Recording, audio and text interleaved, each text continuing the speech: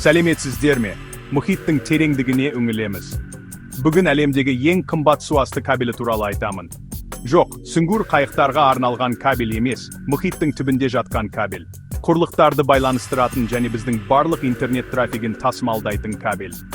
Осы кабельдердің патшасының бағасы қанша? Xiaomi Mi6 кабелімен танысыңыздар. Оңтүстік Шығыс Азия, Таяу Шығыс Батыс Еуропа, 1900 км+ маршрут көрсеткіші. Құны $500 миллион. Бұл $500 миллиард. Мұхит түбіне батырылған. Неге сонша қымбат? Біріншіден инженериясы. Қысымды көтеру қажет. Жер сілкіністеріне төтеп беру керек. Тіпті акулалардан қорғану керек. Қабаттары болат. Қосымша арнайы қаптама қабаттары. Танкіден де мықты екенін көрсету. Ал оларды төсеуше, бұл үлкен жұмыс. Үлкен кемелер айлар бойы жұмыс істейді.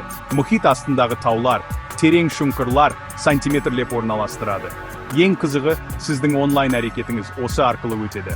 Стриминг, ойын ойнау. Осы бейне спутник керемет, бірақ деректер аз. Суасты кабельдері интернеттің нағыз негізі.